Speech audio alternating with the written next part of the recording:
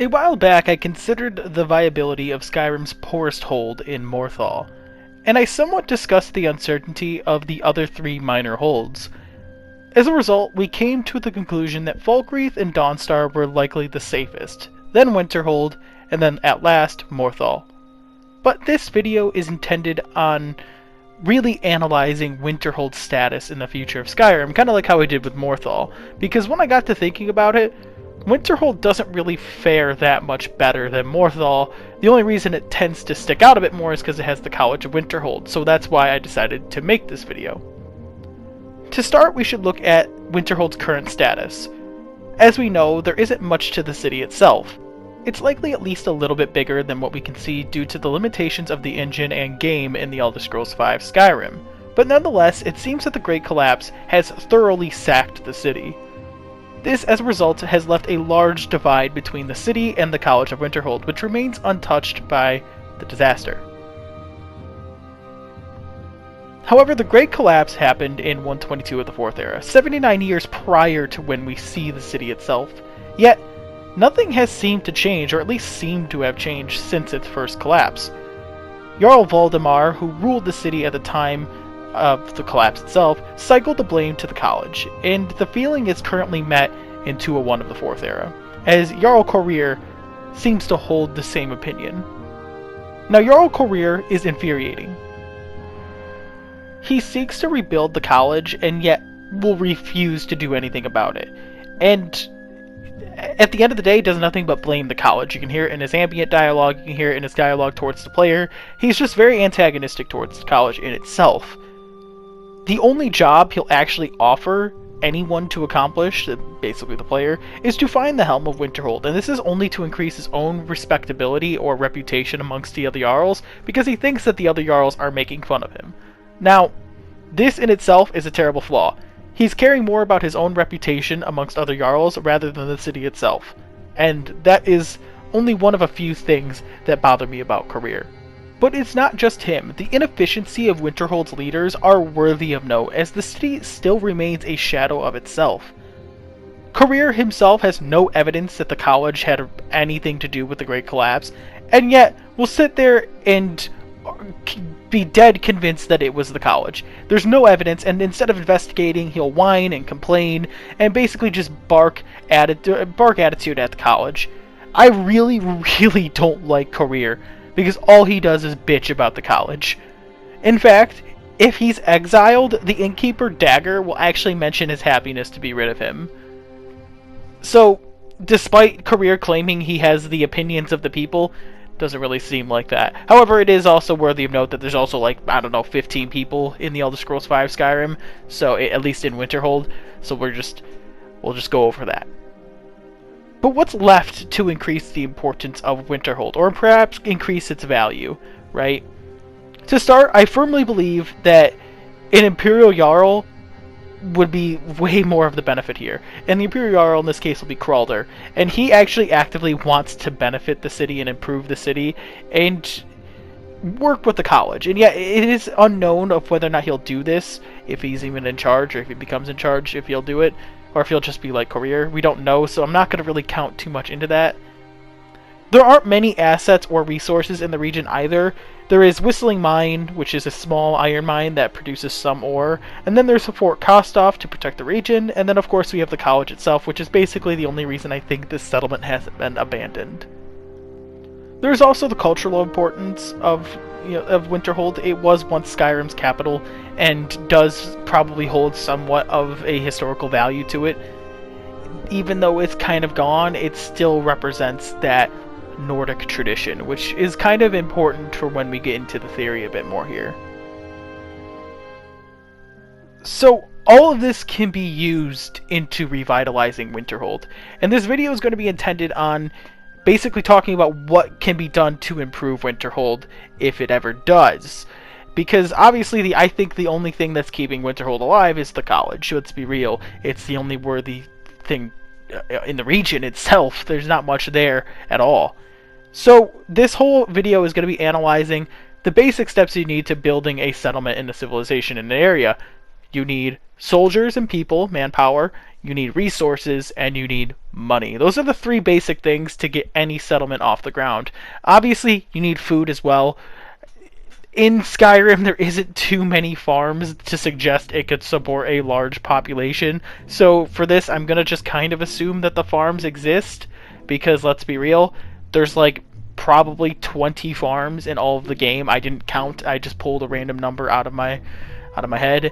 I'm assuming there's a lot more to supply the population of Skyrim, because let's be real, if we use Skyrim as a scale, it's incredibly small, and it would not be sufficient enough to live in. So nonetheless, with that out of the way, let's get into the steps that would need to happen to revitalize the city of Winterhold. This is obviously just something for fun, and it can be taken in many different ways. There are probably many different routes to this as well, but these are the things that I came up with after analyzing the region. As many may know, I do support the Empire, but for this to work, either faction is fine.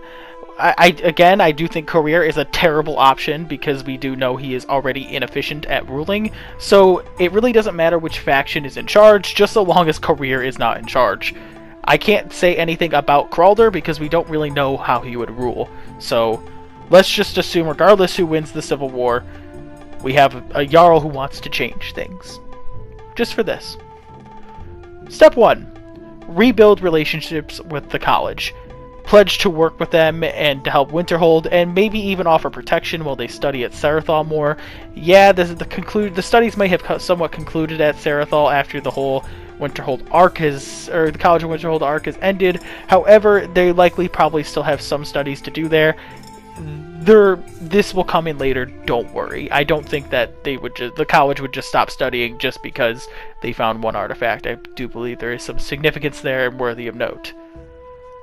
Now, Winterhold actually does have many assets, but they aren't utilized. So the first step would be to use the trees of Winterhold to try to build the town a little bit. Maybe get a sawmill, a few more buildings, more homes, probably to attract more people. This is how you start getting people into the city, by creating work. Fortunately, due to the Civil War, the attraction of work should draw in refugees, and since it is a city and already does have some set of protection, some form of protection, that is going to be very attractive to refugees of a Civil War torn area, especially at the end of the Dragon Crisis as well. So this is going to be attractive in bringing people in. As buildings are being made and work is being generated, this is also where you can start recruiting more guards and start recruiting more people to come in and play parts into rebuilding this whole city.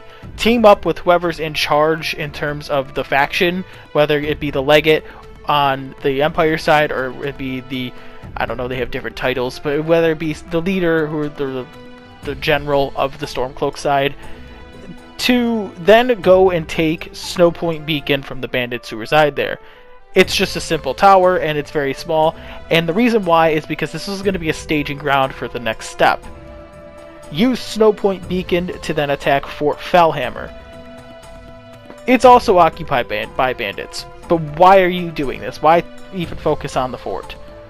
Fort Fellhammer, while also being a garrison to protect people and also have a garrison there, it's also an iron mine, so this is going to generate more resources and produce a higher value for certain goods, because you're going to have something to trade and something to use to build and help build your settlements back up. While doing so, this will help boost the economy and also create a new settlement for people to go to live at and work at throughout however long this goes. I think the best comparison we can make here would be that of Helgen before it was destroyed. Helgen was a fortified settlement, but it wasn't a major city. It was just a settlement like Riverwood or Iverstead, Rorikstead. I think that's what Fellhammer can become in this scenario. This will also attract more people, and having more people there, you have more manpower. So now you have resources building up, and you have more manpower. Combining those two things are great for a Civil War torn area. Once more, this is very beneficial to getting refugees and getting people here. With everything starting to kind of come together, this is where you start building a dock, at least in Winterhold. This will attract trade and also bring more resources that are outside of the region. From here, you could go on to build trade and commerce. With that, you're bringing in more money, more resources, and once again, with the manpower you've already got, this is a great foundation for improving the settlement and the hold of the region itself. With the added wealth and as a port, you can then start to look outwards. Now, at the conclusion of the East Empire arc, I should say, they've been revitalized, and in the process, Jafat's Folly has been cleared out. Jafat's Folly used to be a settlement, and it used to be somewhat self-sufficient. However, it eventually died out due to lack of food, but this will be great to resettle as a vacant port island and also an outpost, because it can act as a trade center between Dawnstar, Solitude, and Windhelm. I don't know if the East Empire Company would even bother kind of focusing on it, as they only trade between, at least in Skyrim, they trade between Solitude and Windhelm. They don't even touch Dawnstar, so I doubt they'll kind of focus on Winterhold, at least yet. But this is going to be a great chance to trade with both Dawnstar is the main one, because they don't have any dominant force that are trading with them, but then the rest of the northern coastline cities that would be perfect to settle in those areas, or to trade in those areas. So we've basically accomplished the three things we need: manpower, resources, and money. With creating the small jobs at first when it comes to mining, probably farming, let's be real, you'll probably want that as well, and the soldiers manning the garrisons, and cutting down the trees, that will bring in people to start. With the new resources you can generate, you can start rebuilding the city, and once you start rebuilding the city, you can start bringing in commerce. Once you start getting commerce, that can generate more profits. Once you generate more profits and commerce, that will bring in more people and more traders, which will only go in an upward spiral. Now, with the trade revitalized, the region protected, and the city rebuilding, let's bring in more people. And how can we do this? Using Sarathal as a potential base, I told you to come back, you can use its cultural importance to bring in another base for the companions. And with Ysgramor's tomb not too far away, I can see this is something that's very easy to do. This will promote a pro-Nord tradition, which is something that's favored whether you're favoring the Empire or you're favoring the Stormcloaks, and will help rally adventurers, warriors, and just wanderers alike. And this is a great way to bring in more people, because you'll have another reason to go to the whole region itself. And you have another place to attract people. Not to mention Sarathal will also act somewhat of a tourist destination, but there you go. Honestly, that is how you could rebuild Winterhold. Obviously, there are a lot of things that require this to all happen. Requires many people, requires ridiculous amounts of resources, requires a tremendous amount of money. But to be honest, with the garrison and Kostov already existing, all this takes is a capable leader. And whether Kralder is it, or Career can pull his head out of his ass, or we get a just completely different Jarl, I honestly think that this could happen. I think Winterhold was something that the devs severely lacked and neglected. I think when you get there, it's kind of underwhelming. The College of Winterhold arc is also kind of underwhelming. And to be honest, I really wish there was more to do with the city. And with the things you see in Fallout 4 with settlement building, and you get to build things up and recruit people, recruit settlers, it makes it kind of sad that they didn't try to integrate that earlier into Winterhold, or if it was even possible due to the game's limitations. But nonetheless, I really wish there was more with Winterhold. I think it could have provided a great look at what Skyrim could have looked like at its peak. And to be honest, there's supposed to be this massive Dunmer population there. However, what we see does not exist. There's, I think, one Dunmer there who acts as the steward / court mage of the Jarl's Longhouse. I think that's very underwhelming that we don't get to see that. I think it's underwhelming we don't get to see anyone trying to rebuild Winterhold, and that for the last 79 years, people have done nothing in an attempt to rebuild or do anything to the hold, because you'd think for someone, at least for Career, who's preaching we need to get better, we do more, you'd think they do something, and they don't. And even Kralder's kind of guilty at this when he's asking, is there anything going on? And his housecarl goes, there's nothing ever going on. And then he's like, why not? Because it's Winterhold. Stop complaining there's nothing going on and do something. But again, we don't know how long Kralder has been ruling technically. At that point, he just gets in charge. I don't know, Winterhold is frustrating in itself, and I really wish they would fix it. And let me know what you guys think. This is obviously one of many possibilities. If you enjoyed this, let me know. Give it a like and maybe give me your opinion on what can improve Winterhold. This is honestly just meant to be fun. I have a lot of fun speculating and doing this kind of stuff. I get really into building societies and building cities. It's honestly what I do in my book that I'm writing, well, my second book that I'm writing, and it's something I got into in Fallout 4. I loved the settlement building in Fallout 4, and I really hope in the Elder Scrolls 6 we get an improved version of it that isn't so it's the best way I could describe it. It's so good yet so bad at the same time. Nonetheless, I really hope they integrate something, or at least add something that you could see what happens to Winterhold. I would really like to know more about it. I would like to know if it eventually does get better. But then again, we don't know when this next game's taking place, so it also could be that we just find nothing out about it, or it could be in the past before the Great Collapse. I think it's supposed to be ahead of at least 201 of the Fourth Era. Nonetheless, I really, really want to know what happens here, because Winterhold, for some reason, holds a kind of a special place in my heart, but doesn't. I just like to see things get better. Maybe it's just the depressed optimist in me that knows it won't happen, but is trying to remain hopeful. Nonetheless, I hope you all enjoyed this video. It's probably one of the longer videos I made in a while, and I hope to see you all in the next video.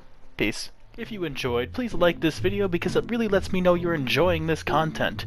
And if you're new to the channel, please consider subscribing. The links are right here for you to click on, and the Discord chat link is right here as well. And overall, I hope you all enjoyed, and I hope to see you in the next video. Peace.